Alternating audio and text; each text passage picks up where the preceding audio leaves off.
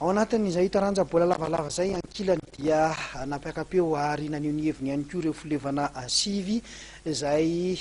miaradia amin'ny ligina Analamanga ary nanamafy izy ireo fa ny ligina Analamanga no ara-dalàna ary ny faninanana izay karakarainy ny ligina Analamanga ihany no andraisan'izy ireo anjara mazava ho izy ireo ny didim-pitsarana sy ny noty navoakan'ny ministera ka tsy tanay izay tsy tokony mara-dalàna ny ligina Analamanga ka dia namafisiny ireo tamin'ny alalan'ny feonana tany mpanao gazety ary fa dia anohy ny faninanan'izy ireo miaraka amin'ny ligina Analamanga.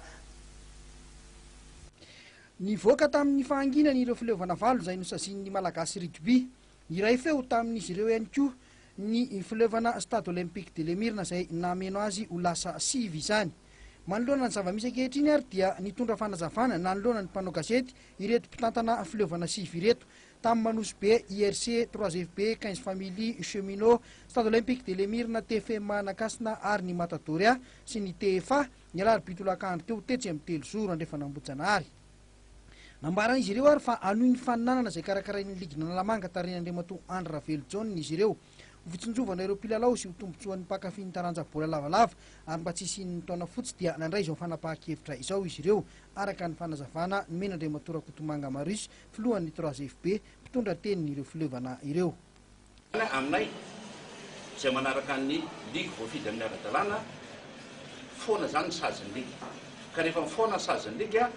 manana certificat de conformité ny ligy anao championnat Analamanga dia mbola mitohy izay manao ny championnat Analamanga miaraka amin'ny ligy izay filevana valo ireo mbola misy anampy anay ihany fa izay ny voatonontonona hoe voasazy ka izay mihitsy ilay tena nagaganay hoe maninona moa izay ny saziana niaraka tamin'ny ligy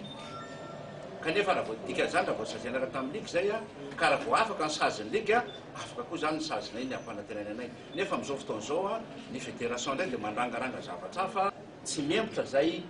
valo reto fa itoy ny lalao championnat Analamanga ary miaraka amin'ny ligy voavidy amin'ny ara-dalàna zay tsy voasazy tsony araka ty taratasy ty. Nanamafy ihany koa ireo filevana sivy ireto fa vonona andray anjara hiatrika ny faninanana rehetra karakarain'ireo ratsamankaika manaraka ny rafitra ara-dalàna ary mahazo ny fankataovana eo anivon'ny ministeran'ny tanora sy ny fanatanjahantena. Nahitsy ihany koa ny tenin'ireo filevana fa tsy nisy ny fahadisoana nataon'izy ireo ka tsy misy tokony hifonany any amin'ny malagasy rugby. Ny fitakiana ny amerenana ny karapilalovana dia nambaran'izy ireo ihany koa fa volan'izy ireo no niala tamin'ny fanamboarana karapilalovana ka tsy misy antony tokony amerenana ny zavatra izay efa novidian'izy ireo. Dingana ihany zao hoy ireto mpitarika filevana voasazy ireto fa hita eo ihany ny fivoara ny toetra raha.